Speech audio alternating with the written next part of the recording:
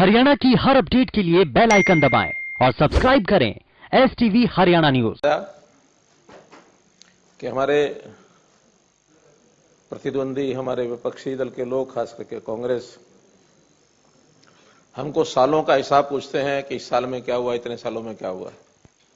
हमने कहा सालों का नहीं, हम दिनों का भी हिसाब बता सकते हैं कि कितने दिनों में क्या काम हुए।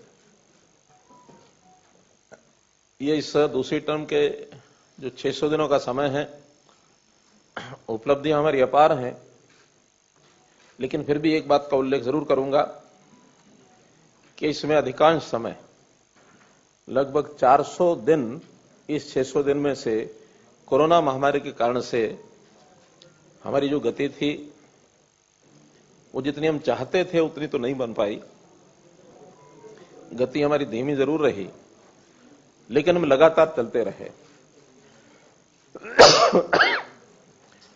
अन्य विभागों के साथ प्राथमिकता के तौर पर इस कोरोना महामारी का मुकाबला करना, यह भी अपने आप में एक बड़ी चुनौती थी, और इस चुनौती को ध्यान में रखते हुए हमसे जो बढ़िया से बढ़िया बना वो हमने किया।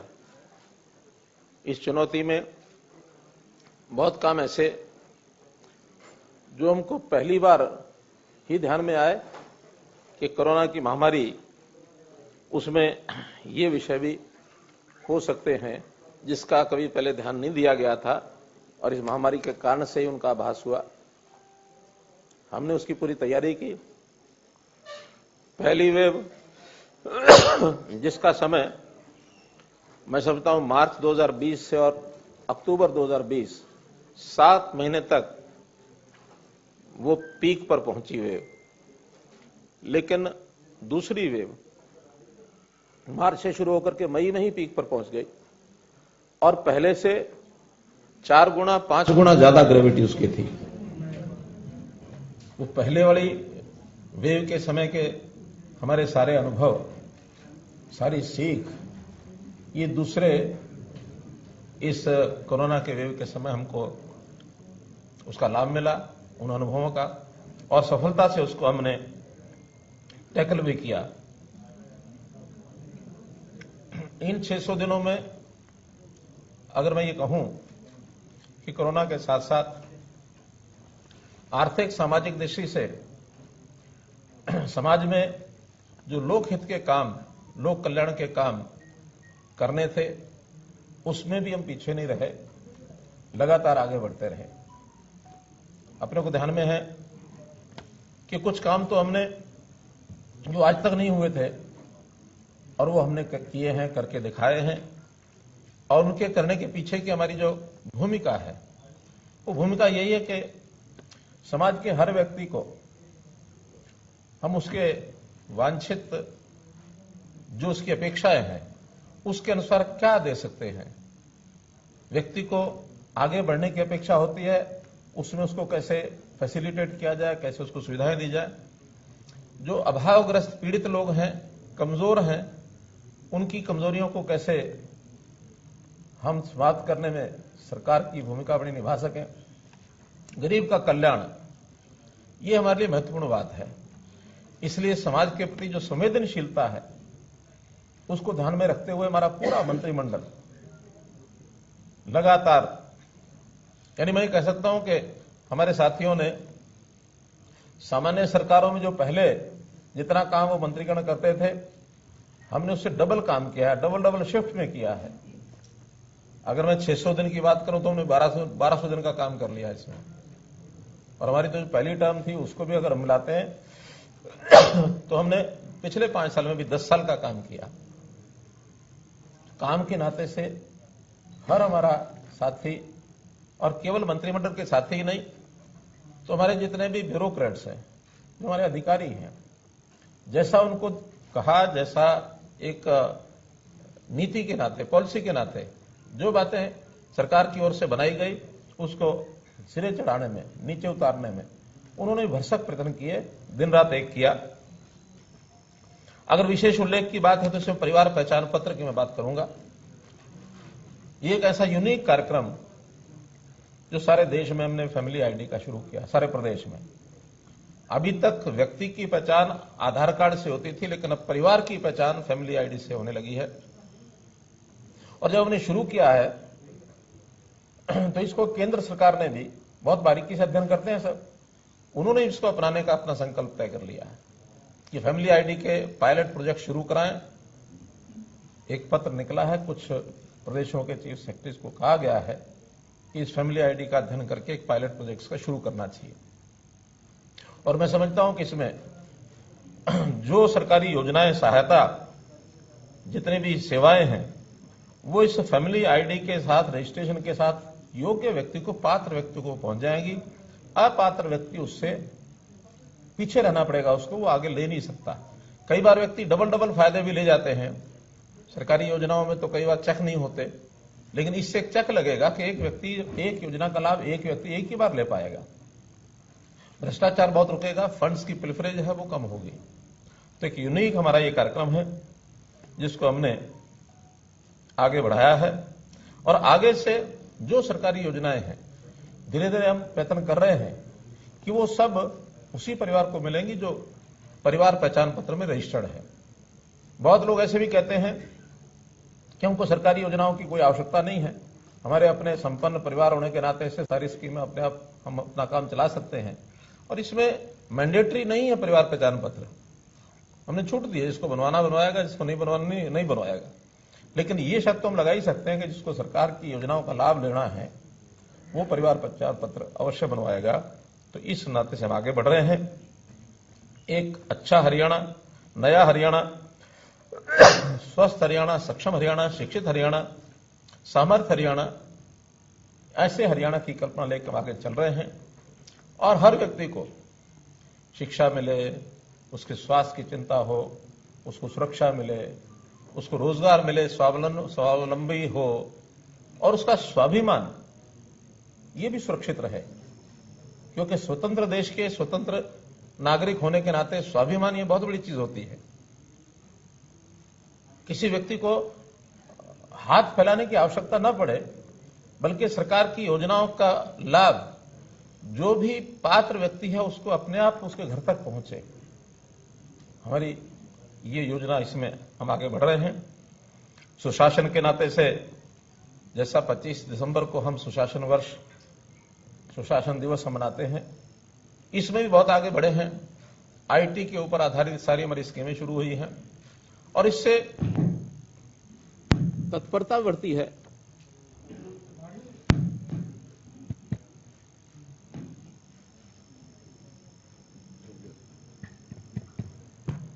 हो गया। इससे तत्परता बढ़ती है, काम में तेजी आती है और कहीं ना कहीं भ्रष्टाचार के ऊपर भी लगाम लगती है। तो ऐसे हमारे सुशासन के कामों के लिए भी हम लोग आगे बढ़े हैं। चुनौती में लॉकडाउन लगे, लॉकडाउन में स्कूल बंद, दुकानें बंद, सारी चीजें बंद, सामान्यतः जीवन थम सा जाता है। जो नियमित काम है वो तो खैर होते हैं, किसान की खेती वो समय पर उगानी होती है, उगती है, उगेगी, प्रोक्योरमेंट भी होगी। लेकिन बहुत ऐसे काम हैं जो हम यानी सोशल डिस्टेंसिंग को ध्यान में रखते हुए हमें बंद करने पड़ते हैं, ताकि इस कोरोना का जो विस्तार है उसको रोक सकें, उसको फैलने से कैसे बचा सकें। तो इसकी बहुत एक बड़ी चुनौती थी हमारे सामने। लोग सर्वाइव कैसे करें, उनकी आय कैसे सुनिश्चित रहे। और इस कोरोना में तो बहुत से लोग हमें छोड़ के चले गए, बहुत बच्चे हम अपने माता पिता को खो बैठे। ऐसे जाने वालों के प्रति हमारी सहानुभूति है, हम उनको श्रद्धांजलि देते हैं। हमने उन बच्चों की भी चिंता की है जो अपने माता पिता को खो बैठे हैं। समाज का हर वर्ग कैसे सुखी हो, ये हमने चिंता की है। जैसा कहा जाता है कि सर्वे भवन्तु सुखिना, सर्वे सन्तु निरामया, सर्वे भद्राणि पश्यन्तु, मां कश्चित् दुख भाग भवेत्। अर्थात हर कोई सुखी रहे, हर कोई निरोगी रहे, हर कोई कैसे यानी उसको किसी प्रकार का कष्ट न हो, ऐसी कल्पना को करते हुए हम लोग ये कर रहे हैं। जो चीजें नई हमने की हैं, मेरी फसल मेरा ब्यौरा, एक ऐसा कार्यक्रम कि किसान के हित में इसको हमने शुरू किया। किसान का खेत, उसने क्या बोया है, बोने के बाद कितनी उसकी फसल होगी, उसकी बिक्री ठीक से टाइम से हो जाए, कोई आपदा आ जाए, उसका नुकसान हो जाए, उसके नुकसान की भरपाई, कंपनसेशन ठीक से मिल जाए और सरकार इसकी प्लानिंग भी ठीक से बना सके। अगर आज आवश्यकता ऐसी होगी है कि कौन सी फसल कितनी बुआई कराई जाए, आवश्यकता के हिसाब से इसकी प्लानिंग की भी जरूरत है। कोई एक ऐसा समय था कि अपने देश में खाद्यान्न की कमी थी, लेकिन हरित क्रांति के बाद आज खाद्यान्न भरपूर मात्रा में है और कई बार तो गोदाम में पड़ा पड़ा खराब भी होता है। लेकिन आज भी बहुत चीजों की कमी है, तिलहन की कमी है, दालों की कमी है, फलों की कमी है। तो इन चीजों को सरकार प्लान कर सके ठीक से, तो इसलिए मेरा फसल मेरा ब्यौरा, ये भी आपकी जानकारी के लिए हरियाणा में हमने कार्यक्रम चलाया। इसको भी अब बाकी प्रांत आगे बढ़ा रहे हैं। हम तो यहां जमीनों का रजिस्ट्रेशन एक प्रकार का फसलों का 2 साल से कर रहे हैं। पंजाब में इस बार केंद्र की ओर से एक निर्देश गया कि सब किसान जानकारी दें कि कौन कितनी फसल बोता है। इसका विरोध ही शुरू हो गया वहां कि आखिर ये जानकारी हमसे क्यों मांगते हैं। हमारा तो कहना है कि किसान की भलाई में है ये जानकारी, हमने इसमें से निकालना कुछ नहीं है, लेकिन किसान की भलाई इसमें है कि उसकी उगाई फसल ठीक से प्रोक्योर हो जाए, योजना में उसको लाभप्रद चीजें उसको बताया जाए, जमीन खाली कौन सी रहेगी उसका भी उसको लाभ होता है तो वो भी उसको बताया जाए।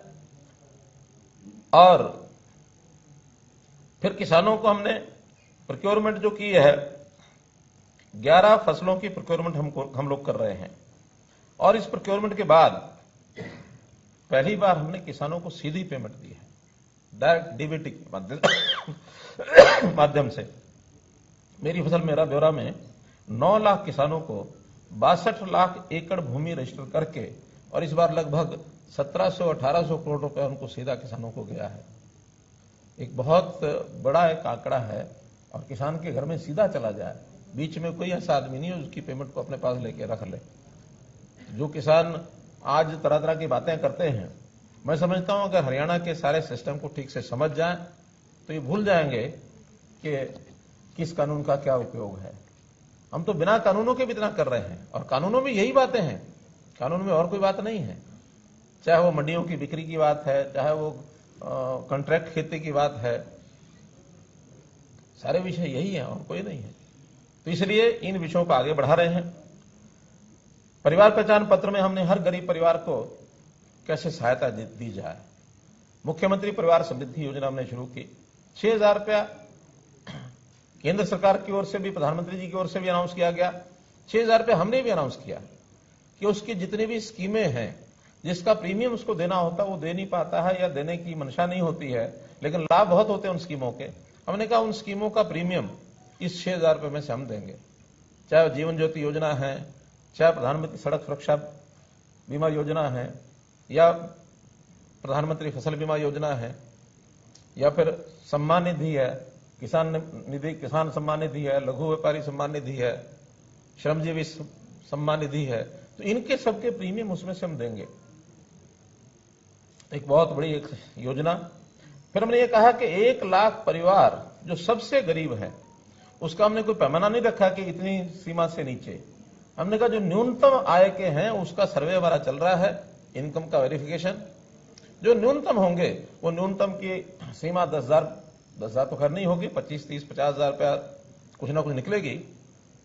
तो उन 1 लाख परिवारों को मुख्यमंत्री अंत्योदय परिवार उत्थान योजना, इसमें से उनको काम दिलाएंगे।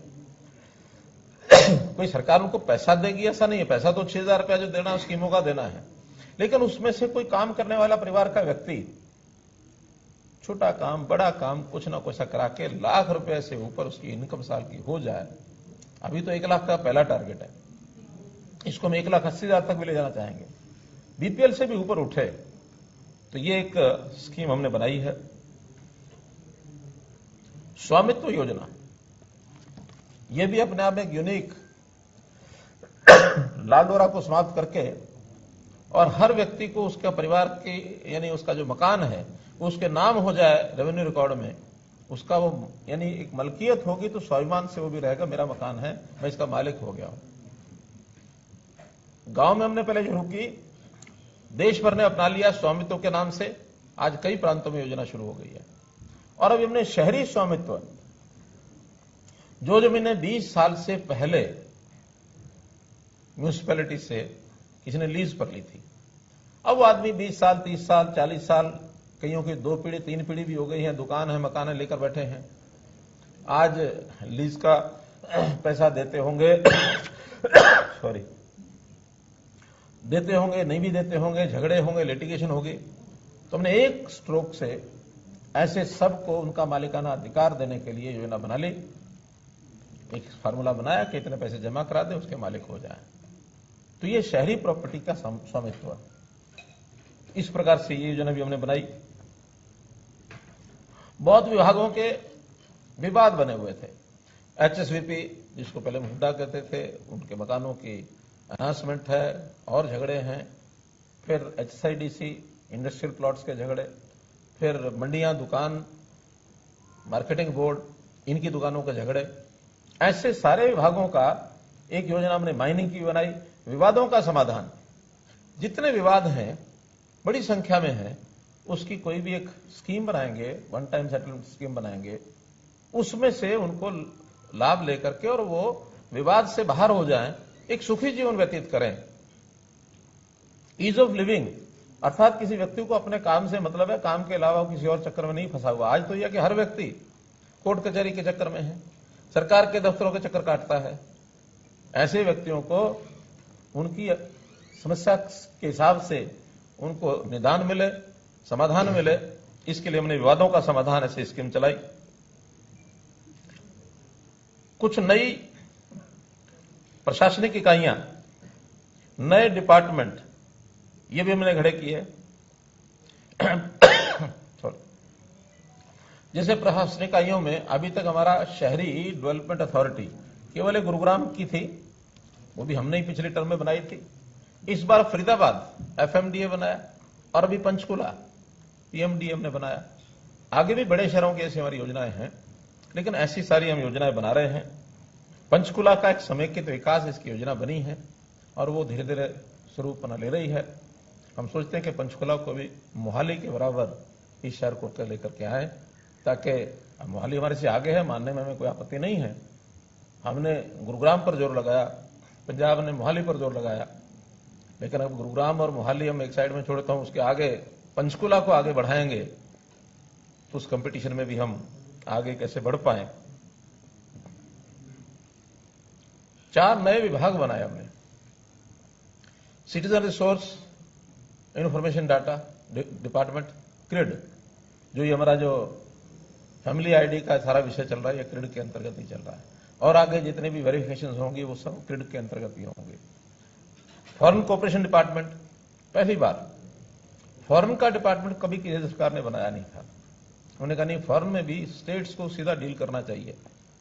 इंपोर्ट एक्सपोर्ट है, या हमारे यहां के लोग रोजगार के लिए विदेश जाते हैं, उनको तैयार करना, उनको सुविधाएं देना। फॉरेन डेलीगेशन आते हैं, उनसे बातचीत करके इन्वेस्टर्स को इनवाइट करना, या हरियाणा से कोई बाहर जाकर काम करना चाहे उसको फैसिलिटेट करना। तो फॉरेन कोऑपरेशन डिपार्टमेंट उन्होंने बनाया। हाउसिंग फॉर ऑल, प्रधानमंत्री जी की जो योजना के हर सिर पर, हर परिवार के ऊपर एक छत होनी चाहिए, उसका घर होना चाहिए। तो प्लानिंग से अभी तक ये एक विषय बहुत सरकारों ने पहले भी लिया होगा, कभी 100 गज के प्लॉट की बात है, कभी और कोई विषय है, लेकिन ठीक उसका अध्ययन करके जिसको चाहिए उसको हम दे नहीं पाए हैं। इसका एक क्रिड के माध्यम से अध्ययन करेंगे कि किसका अपना परिवार का घर है, किसका अपना घर नहीं है। जिसका घर नहीं है, अगर वो सामर्थ्य है तो अपने आप बनाएगा, सामर्थ्य नहीं है तो सरकार और बैंक से उसकी सहायता कराएंगे, केंद्र सरकार की भी सहायता लेंगे। ऐसे ही एमएसएमई हमने अलग से विभाग बनाया। उद्योग में रोजगार के नाते हम ज्यादा रोजगार कैसे पैदा करें, और एमएसएमई में बहुत रोजगार होता है, तो इस विभाग को अलग बनाने की आवश्यकता महसूस की गई। तो इंडस्ट्री डिपार्टमेंट से एमएसएमई, क्योंकि एमएसएमई में केवल इंडस्ट्री नहीं है, इसमें हर प्रकार की एंटरप्रेन्योरशिप है। उसमें दुकान भी शामिल है, कोई इस प्रकार का सेल्फ जो एम्प्लॉयमेंट की स्कीमें होती हैं वो भी उसमें शामिल हैं, सर्विसेज भी शामिल हैं। तो इन सब चीजों को उसमें जोड़ा गया है एमएसएमई में।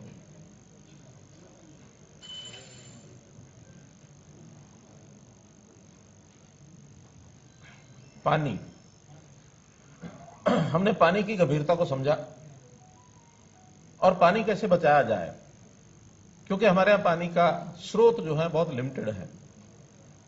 हमारा जो अधिकार है सॉइल का, उस नाते से हमारा जो पड़ोसी प्रदेश है वो उसमें उलझा के रखा हुआ है। सुप्रीम कोर्ट में विषय है, कब सुलझेगा कब नहीं सुलझेगा। हम लगे हैं कि लगातार उस सुलझाने की ओर आगे बढ़ रहे हैं और हमने उसमें सुप्रीम कोर्ट में निर्णय भी करवाया है। अब तो केवल एग्जीक्यूशन का है कि एग्जीक्यूशन केंद्र सरकार करे या कोई और एजेंसी करे, वो उस और आगे बढ़ रहे हैं। लेकिन फिर भी जो पानी हमारा उपलब्ध है, हम उसका मैनेजमेंट क्यों नहीं ठीक करें। तो हमने उसकी द्विवार्षीय जल प्रबंधन योजना ये बनाई है कि इन 2 वर्षों में, हालांकि इस पर जितना काम कोविड के दिनों में हम पर्याप्त नहीं कर पाए, तो इन 2 वर्षों में फिर भी पर्याप्त, चाहे वो इरिगेशन डिपार्टमेंट की योजनाएं हैं, चाहे पब्लिक हेल्थ इंजीनियरिंग की योजनाएं हैं, ऐसे सबके माध्यम से एग्रीकल्चर की उसमें योजनाएं हैं, पानी को कैसे बचाया जाए। योजना हमने शुरू की, किसान धान को कम बोए, मेरा पानी मेरी विरासत, 7,000 रुपये प्रति एकड़ देने का यह काम किया हमने। विश्व बैंक ने भी इसको सराहा है कि ऐसी एक योजना जिसमें से पानी बचता है। 94,000 एकड़ लैंड पर पिछली बार पानी कम बोया गया, यानी धान कम बोया गया। इस बार 2 लाख एकड़ का हमने टारगेट रखा है। छोड़ दो,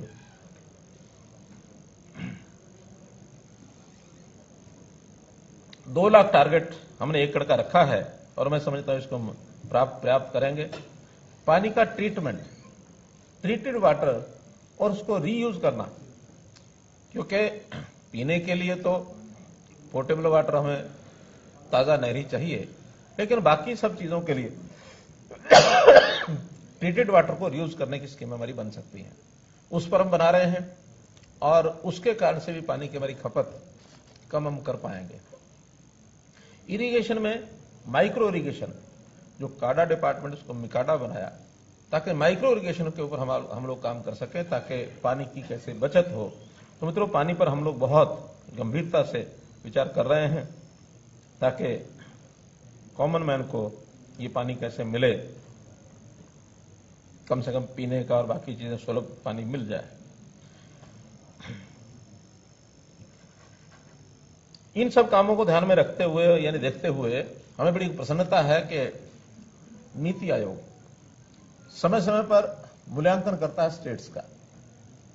इस बार 2020 का जो रैंकिंग आई है, आपको बताते हुए खुशी हो रही है हमें कि जो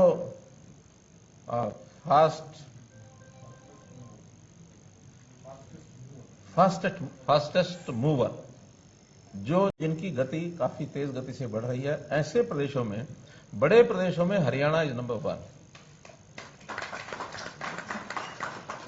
बाकी प्रदेशों के आंकड़े 2019 से कोई 2 अंक, कोई 3 अंक, कोई 5 अंक उनकी रैंकिंग बढ़ी है, लेकिन हमारी रैंकिंग 10 अंक बढ़ी है। बड़ी स्टेट्स में सर्वाधिक है, केवल छोटी स्टेट्स में मिजोरम हमारे से आगे है, जो 12 अंक लेकर के छोटी स्टेट्स में प्रथम रहा है।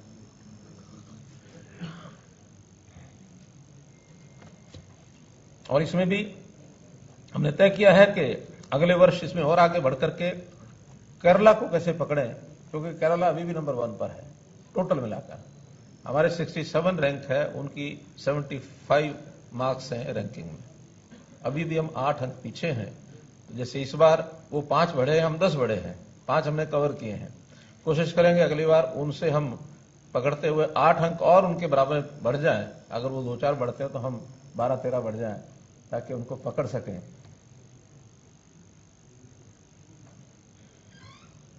कोरोना के दिनों में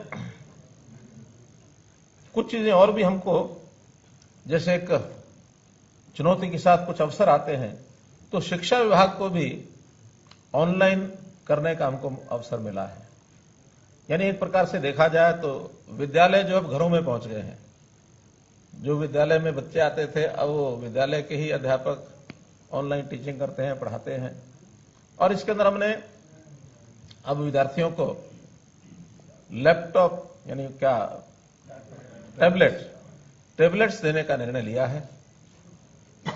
9वीं से लेकर 8वीं से लेकर के 12वीं तक के विद्यार्थियों को टैबलेट्स दिए जाएं ताकि उसमें ऑनलाइन भी पढ़ाई कर सकें और जो यूट्यूब से भी करते हैं वो भी कर सकें और कुछ अपलोडेड ऐसे जो लेसन्स हैं उसको मॉड्यूल के रूप में उसको पढ़ाई कर सकें।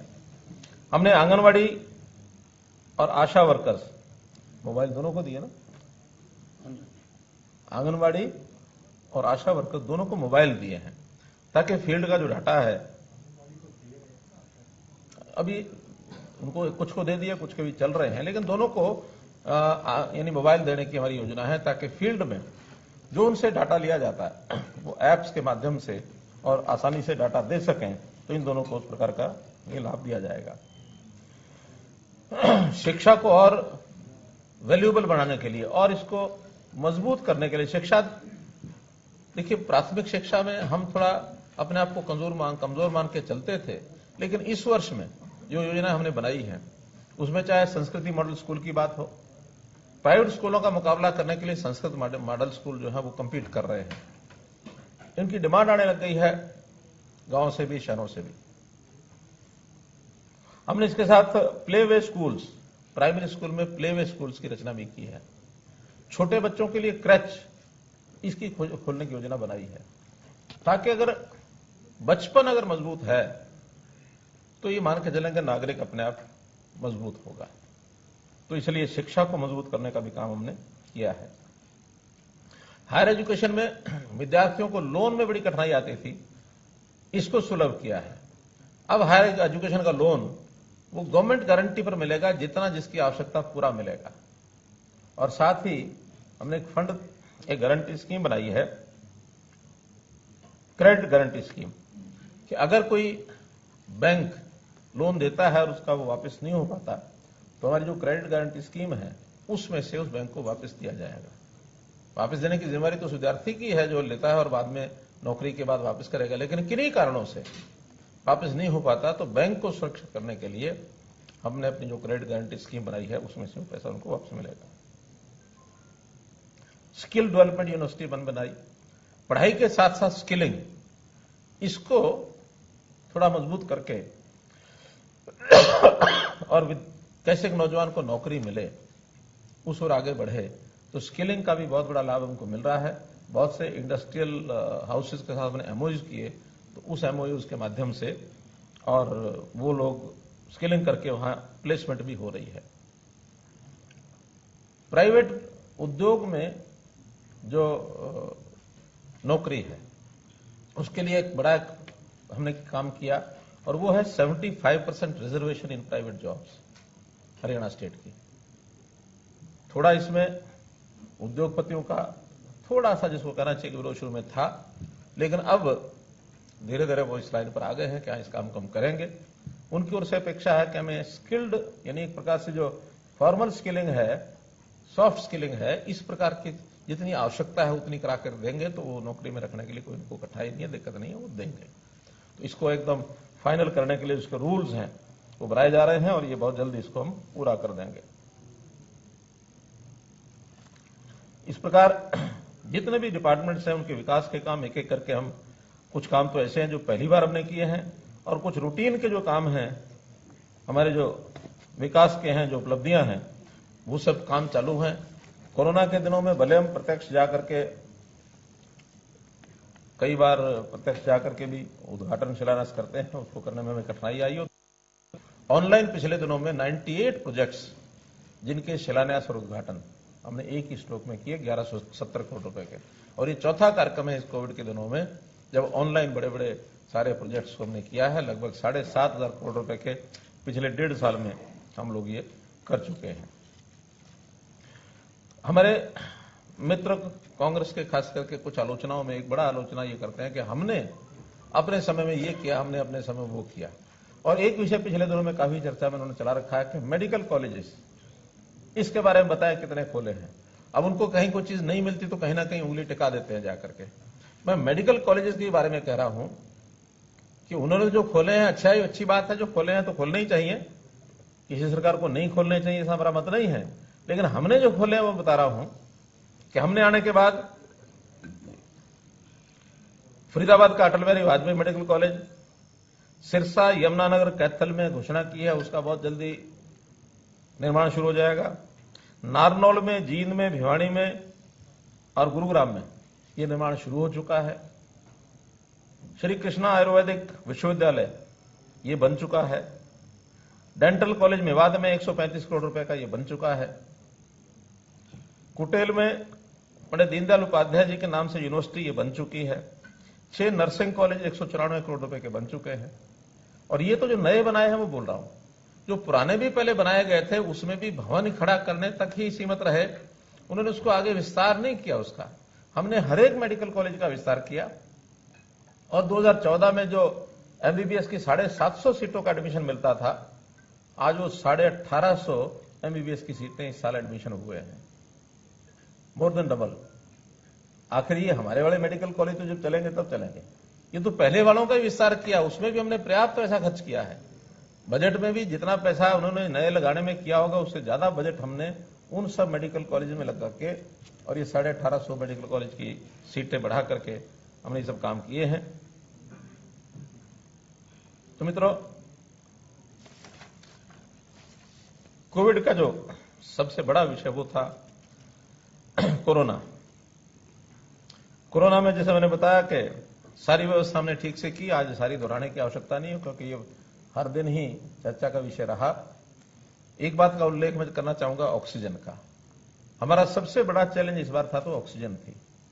ऑक्सीजन की सप्लाई केंद्र से भी हमने जितना मिलना था वो लिया और अतिरिक्त भी प्रयत्न जितने इंडस्ट्रियल ऑक्सीजन को जो मेडिकल ऑक्सीजन में बदलने के लिए काम किए वो हमने किए। यहां तक कि जो गैसियस फॉर्म की ऑक्सीजन हमको मिल रही थी, क्योंकि लिक्विड ऑक्सीजन ही ट्रांसपोर्टेबल है, तो उन लिक्विड ऑक्सीजन को, गैसियस ऑक्सीजन को उपयोग करने के लिए 2 जगह हमने स्पेशल मेडिकल हॉस्पिटल बनाए, 500-500 बेड के, पानीपत में, रिसार में। ये भी यूनिक काम हुआ है, कहीं किसी प्रदेश में ऐसा नहीं हुआ। 1-2 प्रदेशों में हमारे साथ साथ ही हमारे बाद बने हैं, लेकिन पहली बार देश में ये प्रयोग हुआ है। हमारे ये दोनों हॉस्पिटल भले आज वहां पेशेंट्स नहीं हैं, फिर भी ये 6 महीने तक रहेंगे। 6 महीने के बाद कोई दुर्भाग्य से अगर दोबारा से कोई विषय ऐसा आता है तो फिर ये काम आएंगे, और नहीं तो 6 महीने बाद इसको डिसमेंटल किया जाएगा। ऑक्सीजन को, प्राकृतिक ऑक्सीजन कैसे तैयार हो, इस ओर भी हमारे वन विभाग की ओर से हमने योजना बनाई। बड़े बड़े वन ऐसे बनाए जाएं, 5 एकड़ से लेकर 100 एकड़ तक, जिसमें से 2 का भी शिलान्यास पिछले दिनों किया है। और इस वर्ष में इन वनों को याद रखने के लिए, कोरोना के कारण से याद रखने के लिए, इसका नाम भी हमने विशेष रखा है ऑक्सीवन, कि इन वनों से ऑक्सीजन मिलेगी।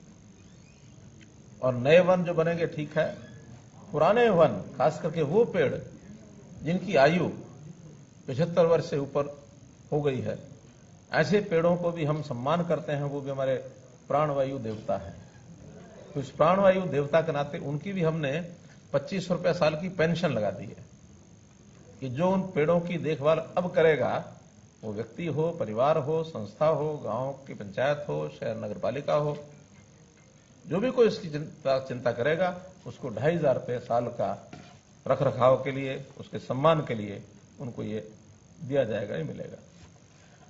कुल मिलाकर कोरोना के इस कारण से हमने अपनी स्वास्थ्य सेवाएं, स्वास्थ्य की जितनी योजनाएं हैं उनको भी मजबूत किया है। डिस्ट्रिक्ट हॉस्पिटल के साथ साथ सीएचसीज, पीएचसीज, उनमें भी इंफ्रास्ट्रक्चर बढ़े, डॉक्टर्स और बढ़े। इसके लिए डॉक्टर्स की भर्ती, पैरामेडिक्स की भर्ती, नर्सेज की भर्ती, ये भी जरूर हम आगे बढ़ाएंगे, करेंगे।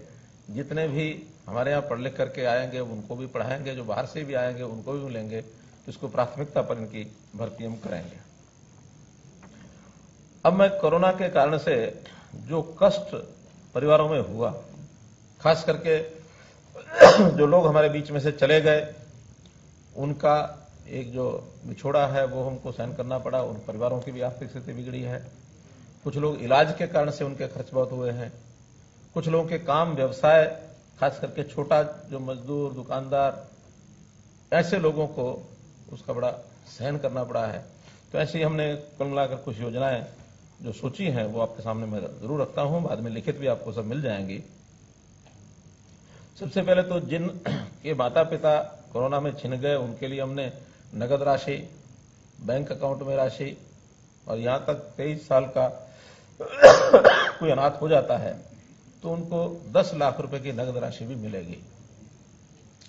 जो लोग छोड़ के चले गए और बीपीएल परिवारों से थे, ऐसे 18 से 50 साल तक की आयु के जितने लोग गए हैं उनके लिए 2 लाख रुपए की एक एक्स ग्रेशिया राशि, ये भी हमने शुरुआत की है।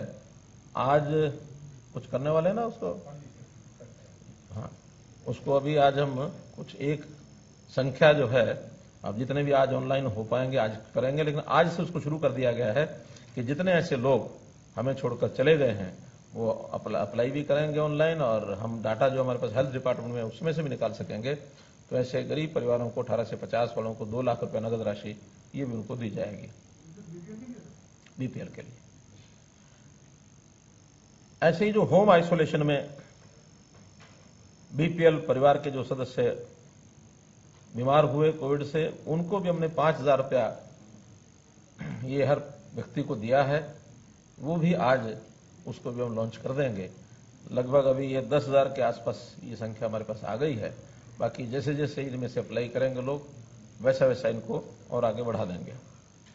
अस्पताल में जो भर्ती हुए थे ऐसे प्रति व्यक्ति 35,000 रुपए की राशि, 35,000 नहीं, ये तो हमने बाद में पूरी राशि कर दी है कि जितना उनका खर्च आएगा बीपीएल का वो सारा खर्च हम देंगे। तो इसको भी हम शुरू करने जा रहे हैं।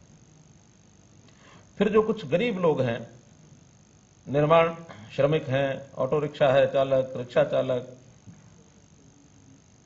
श्रमिक जो कम आय वाले हैं, रेडी फड़ी वाले, अनऑर्गेनाइज्ड लेबर क्योंकि उसका कोई डाटा हमारे पास बहुत ज्यादा नहीं है, पिछले कोविड में हमें मिला था, फिर भी उसको एक पोर्टल हम खोल रहे हैं। 18 जून से उसके ऊपर रजिस्टर करना शुरू करेंगे ताकि जो लोग हमारे परिवार पहचान पत्र में आ गए होंगे और ऐसे अनऑर्गेनाइज्ड लेबर है उनको सबको मिलाकर, तो ऐसे लगभग ये 12 लाख लोग हैं, परिवार हैं। तो ऐसे 12 लाख परिवारों को हम एक मुश्त 5,000 रुपया सबको दे रहे हैं, जो ये कुल मिलाकर 600 करोड़ रुपए की लागत का एक पैकेज ये आज हम घोषणा कर रहे हैं। हर एक परिवार को 5,000 रुपया एक मुश्त। अब वो उसका इनकम कम हुई या कहीं खर्चा ज्यादा हुआ, वो मेडिकल हेल्प इससे अलावा है, जो हेल्थ सर्विसेज के पहले है वो अलावा है। उसके अलावा ये जो काम व्यवसाय छोटे काम करने वाले, ये जो भी कैटेगरीज मैंने बताई हैं, इसके अलावा हेल्थ डिपार्टमेंट की कैटेगरीज हैं, ASHA workers, NHM national health mission और शहरी स्वास्थ्य मिशन, ये भी लगभग 22,000 संख्या है। इस 22,000 संख्या भी, क्योंकि इन्होंने काम बहुत किया, मेहनत बहुत की है, हालांकि इनको अपने व्यवसाय के नाते, अपनी तनख्वाह के नाते से मिलता भी होगा, तो भी जो कि एक चैलेंज इनके लिए था, ये हमारे कोरोना वॉरियर्स जैसे हम कह सकते हैं उस प्रकार की श्रेणी में हैं, तो इनको भी 5,000 रुपया प्रति परिवार, प्रति व्यक्ति बल्कि रादर, ये इनको दिया जाएगा, जो 11 करोड़ रुपए की ये राशि है। छोटे दुकानदार, ये भी जो बीपीएल परिवार हैं, 3 लाख की संख्या लगभग इनकी है, ये मेरे पास रजिस्टर्ड हैं। तो ऐसे 3 लाख बीपीएल छोटे दुकानदार, इनको भी 5,000 रुपया प्रति परिवार, तो 150 करोड़ रुपया ये भी हमारा इसके अंदर लगेगा। उनको भी एक राशि एक मुश्त दी जाती है। पावर डिपार्टमेंट ने कुछ घोषणा की है कि जो बिल हैं जिनका फिक्स चार्जेस आता है, काम नहीं हुआ, कम हुआ तो भी मंथली चार्जेस या फिक्स चार्जेस जो लगते हैं, उनका पैमाना यह तय किया है कि अगर किसी का जनवरी, फरवरी और मार्च का जो बिल है एवरेज बिल, उससे अभी जो इन 3 महीनों में एवरेज बिल यानी अप्रैल, मई, जून, इनका एवरेज बिल अगर 50% से कम है, क्योंकि अगर 50% से ज्यादा है तो ये मान के चले को काम चलता है उसका, ठीक है, लेकिन अगर बिजली बिल ही 50% से कम आया है तो मतलब उनके काम में कहीं ना कहीं अड़चन पड़ी है। तो ऐसे लोगों के लिए रियायत है कि उनका जो फिक्स चार्ज है, यदि वो 10,000 रुपया महीना से कम है तो उसको सारे का सारा रिफंड किया जाएगा, नहीं लिया जाएगा, या दे दिया होगा तो रिफंड किया जाएगा। अगर 10,000 से कम है, 10,000 से या समझो 10,001 से 40,000 रुपए तक अगर फिक्स चार्ज है तो उनको 10,000 रुपए एक मुश्त ये रिबेट मिलेगा, और 40,000 से ऊपर अगर है तो 25% उसका रिबेट मिलेगा। 3 कैटेगरी हो गई। 10,000 तक है तो पूरा माफ, 10,001 से 40,000 है तो 10,000 फिक्स, और 40,000 से ऊपर है तो 25%, अर्थात 40,000 भी है तो भी 25% में 10,000 हो जाता है, 44,000 है तो 11 हो जाएगा, 60 है तो 15 हो जाएगा। तो ऐसा करके एक पावर डिपार्टमेंट ने ये पिछली बार भी एक राहत दी थी, इस बार भी ये राहत उनको दी जा रही है। और साथ में ही 30 जून तक कोई इनके ऊपर अधिभार नहीं लगेगा, ब्याज नहीं लगेगा। मानो लेट पेमेंट हुई है तो उसको 30 जून तक नहीं लगेगा, 30 जून के बाद जरूर उस पर ब्याज या जो अधिभार है वो लगेगा। संपत्ति कर हमारे यूएलबी की स्कीम है कि जो ये 21-22 का पहला क्वार्टर है, अर्थात अप्रैल में जून, इसका संपत्ति कर ये पूरे का पूरा माफ कर दिया जाएगा। लगभग 150 करोड़ रुपए का ये खर्च जो है ये आएगा। ऐसे ही गुड्स ट्रांसपोर्ट जो उन पर नहीं, non goods transport, goods transport पर तो राहत नहीं है, लेकिन नॉन गुड्स ट्रांसपोर्ट जो माल नहीं ढोते हैं, सवारियां ढोते हैं, ऐसे मोटर व्हीकल्स को पहले क्वार्टर का जो मोटर व्हीकल टैक्स है वो नहीं देना पड़ेगा। यानी ये जो पहला क्वार्टर अप्रैल में जून, इसका भी 72 करोड़ रुपए का डिपार्टमेंट के ऊपर बोझ पड़ेगा। इनकी जो फिटनेस डेट है जो पहले खत्म हो गई थी उसको भी 30 जून तक बढ़ा दिया गया है, ताकि ये 30 जून के बाद अपनी फिटनेस ये करा सकते हैं। राशन का हमको पता है कि दीपावली तक केंद्र सरकार ने और ये तय किया है कि हर गरीब परिवार को दीपावली तक राशन मुफ्त मिलेगा, उसका कोई पैसा उनसे नहीं लिया जाएगा। एक कल ही हमारे डिप्टी सीएम ने कुछ इंडस्ट्री के लोगों से बातचीत की तो उन्होंने ट्रैक्टर्स को जो क्या बोलते हैं ट्रैक्टर को, ई ट्रैक्टर, इलेक्ट्रिक व्हीकल के नाते से वो डीजल से नहीं चलेंगे, बल्कि ई ट्रैक्टर इस नाते से उनका एक प्रावधान निकला है। तो ई ट्रैक्टर को प्रोत्साहन देने के लिए हम लोगों ने यह तय किया है कि इसका आज 600 दिन हुए हैं तो 600 पहले ट्रैक्टर्स उनको अप्लाई करना होगा। एक तिथि निश्चित, तिथि तो नहीं की कोई निश्चित, 2 महीने 3 महीने कुछ करते हैं, 3 महीने, यानी अभी हम जून में हैं तो जुलाई अगस्त सितंबर, 30 सितंबर तक जो लोग ट्रैक्टर बुक कराएंगे, खरीदना चाहेंगे, उनको ई ट्रैक्टर पर 25% का लाभ मिलेगा। और अगर वो संख्या 600 से ऊपर हो जाती है, क्योंकि अप्लाई करेंगे पहले, तो फिर बाय लॉट 600 लोगों को यह लाभ मिलेगा। 600 से कम रह जाते हैं तो सबको मिलेगा।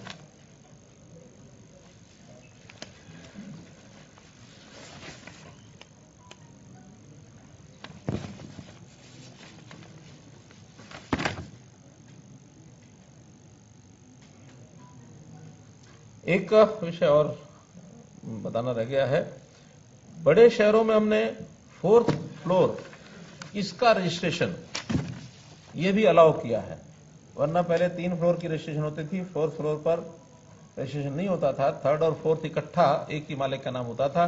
तो शहरी जो मकान है उनको इसका बहुत लाभ हुआ है, अपने एक फ्लोर को और बना करके किराया आदि पर वो दे सकते हैं, तो इससे उनकी आजीविका ये बढ़ी है। तो ये बड़ा काम ये किया है।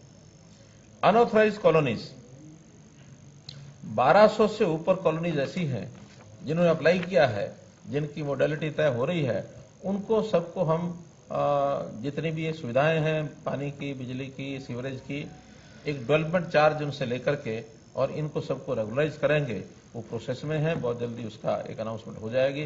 तो 1200 कॉलोनी ऐसी हैं जिन्होंने रजिस्टर किया कि हम अपनी कॉलोनी का रेगुलेशन चाहते हैं। पावर जहां तक बात है,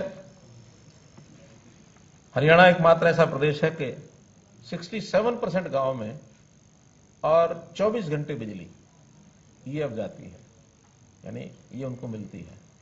हमारा गांव जगमग गांव स्कीम के अंतर्गत अब धीरे धीरे ये 5200 गांव तक हम पहुंच गए हैं। हमारी योजना है कि बाकी बचे हुए गांव में जो 1/3 बचे हैं उनको भी हम पूरा करें, ताकि हरियाणा ऐसी पहली स्टेट बन जाए कि हर गांव में 24 घंटे बिजली वो जो मिलती है सबको दे सकते हैं।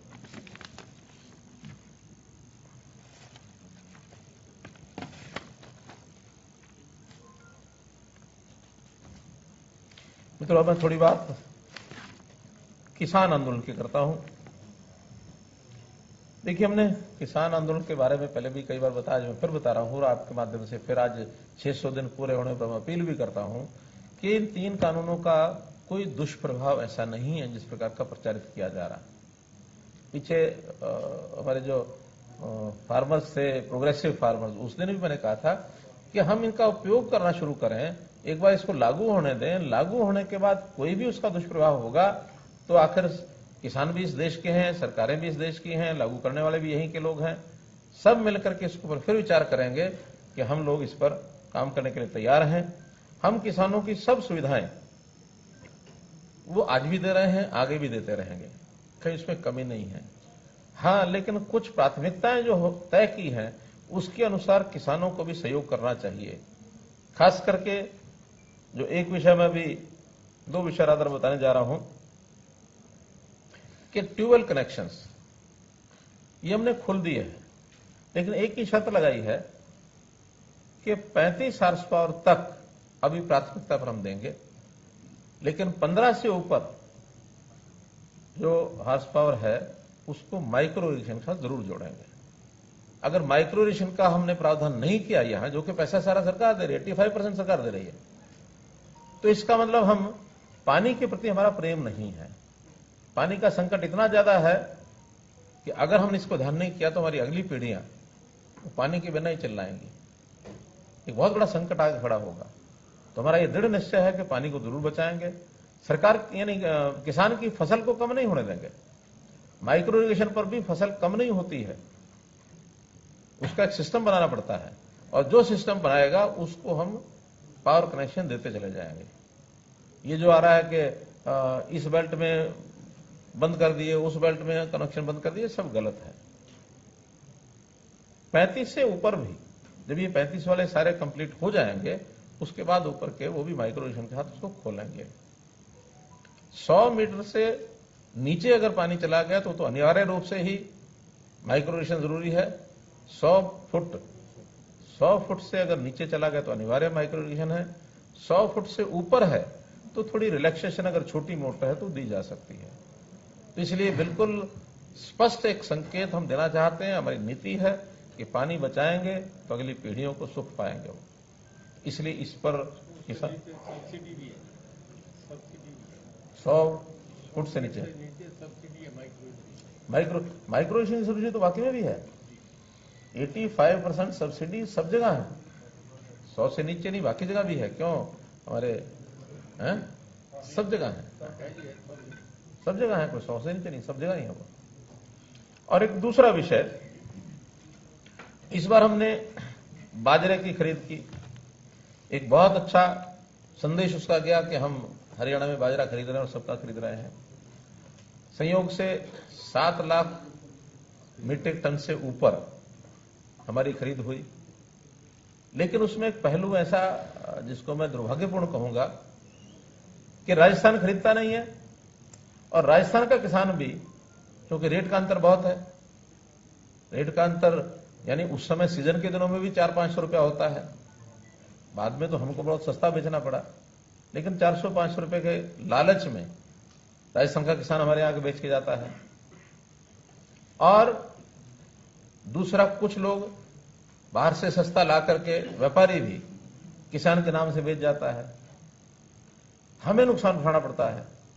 और ये जो नुकसान होता है ये अल्टीमेटली तो हरियाणा के किसान का नुकसान है, क्योंकि वही पैसा जो बचेगा वो किसान के खाते में कहीं और देंगे हम। बहुत सी योजनाएं हमारे पास किसानों की हैं। इस बार 700-800 करोड़ रुपए से ऊपर नुकसान इसका गया है हमारा, जो हमने दोबारा से बेचा है उसको, क्योंकि अपनी खपत बहुत कम है। बहुत मुश्किल से 1.5 से 2 लाख मीट्रिक टन हरियाणा की बाजरे की खपत है जो पीडीएस में हम देते हैं, बाकी सब बेचना पड़ता है।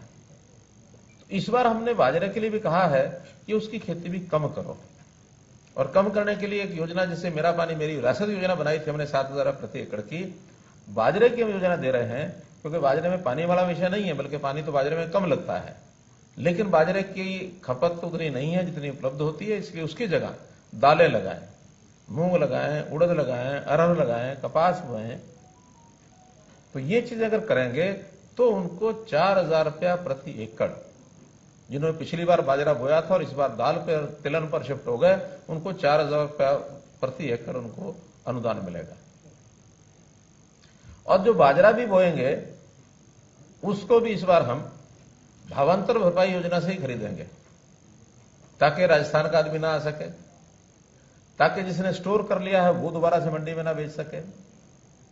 क्योंकि स्टोर करने वाले आज भी स्टोर करके हमारे यहां सस्ता खरीद के कि अब जब मंडी खुलेगी तो हम सरकार को 250 फिर बेच देंगे, तो वो रोटेशन चलता रहेगा। उस रोटेशन को बंद करने के लिए केवल किसान जिसने बोया है उसी को भावांतर भरपाई योजना का पैसा मिलेगा। तो ये एक किसानों के हित में, खास करके हमारे जो बाजरा ग्रोइंग फार्मर्स हैं उनके हित में ये बात मैंने बताई है कि बाजरा छोड़ दें तो 4,000 रुपये लें, बाजरा बोएं तो इस बार प्रोक्योरमेंट की बजाय उनको भावांतर भरपाई योजना का पैसा मिलेगा, डीबीटी से मिलेगा सबको, सबके उनके खाते में जाएगा। वो हमारे पास डाटा आ जाएगा सारा, मेरी फसल मेरा ब्यौरा में इस बार। और डाटा को लेने के लिए थोड़ा सा इस बार हमें और मेहनत करेंगे कि हर खेत का फसल का डाटा ये हमारे पास आ जाए। कई बार बहाने मारते हैं कि भाई हम तो बोया था बाजरा लेकिन हमारी तो फसल लिखा ही नहीं गया। तो इस बार सारे डिपार्टमेंट लग करके, चाहे उसमें रेवेन्यू डिपार्टमेंट है, एग्रीकल्चर डिपार्टमेंट है, इरिगेशन डिपार्टमेंट है, और हमने आउटसोर्सिंग सिस्टम से भी हम लोग लगाएंगे, ड्रोन मैपिंग ये भी हम कराएंगे। तो इसलिए इसको थोड़ा सख्ती से लागू करेंगे। ये विषय भी आपके सामने मैंने रखना था। ड्रोन की बात आ गई, एक विषय और जो मेरे उसमें लिखा नहीं था लेकिन मुझे याद आ गया इसलिए बता रहा हूं। हमने एक नया कार्यक्रम शुरू किया है और एक कारपोरेशन बना रहे हैं, ड्रोन कारपोरेशन ऑफ हरियाणा। और जितना भी सर्वे ड्रोन से करने की आवश्यकता विभागों को पड़ेगी, चाहे वो एग्रीकल्चर है, चाहे फॉरेस्ट है, माइंस है, अर्बन लोकल बॉडीज है, ग्राम पंचायत का डिपार्टमेंट है, या टाउन कंट्री प्लानिंग है, क्योंकि ये सबको एरियल सर्वे की जरूरत पड़ती है।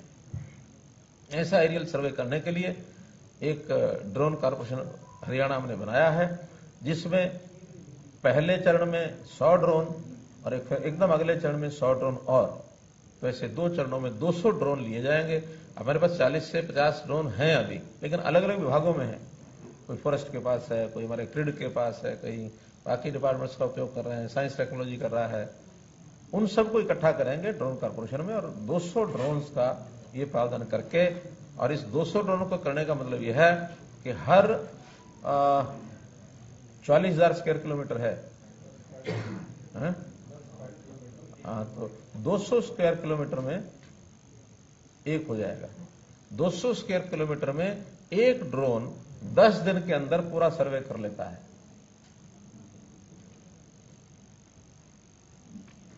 तो ऐसा ये बड़ा महत्वाकांक्षी हमारा कार्यक्रम है, जिससे बहुत प्रकार की समस्याएं हमारी खत्म होंगी। मित्रों, में अंत में इतना ही है कि आज का विषय आपके सामने रखा कि इन 600 दिनों में हमने क्या किया। पिछले 5 साल की कहानी तो चूंकि कई बार बताई जा चुकी है, सुनाई जा चुकी है, लेकिन अब हर 100 दिन के बाद हम आपके पास आएंगे, 700 दिन पर भी आएंगे, 800 दिन पर भी आएंगे, ताकि जो सालों का हिसाब चाहते हैं उनको दिनों का हिसाब दे सकें और जनता को बता सकें। उनको अब हिसाब देना दे, हम इतनी चिंता नहीं है। हम तो जनता के साथ जुड़े हुए लोग हैं कि जनता की अपेक्षा, जनता की जो आवश्यकता, उसको पूरा करने के लिए हम आगे बढ़ेंगे। सबका साथ सबका विकास, इसको आधार मान करके हम जो आगे बढ़ना चाहते हैं। ये जो इस बार कोरोना का जो एक काल था, हम आशा अपेक्षा करते हैं कि इससे हम बाहर निकलें, क्योंकि कोरोना को हमने जाना भी है, जिया भी है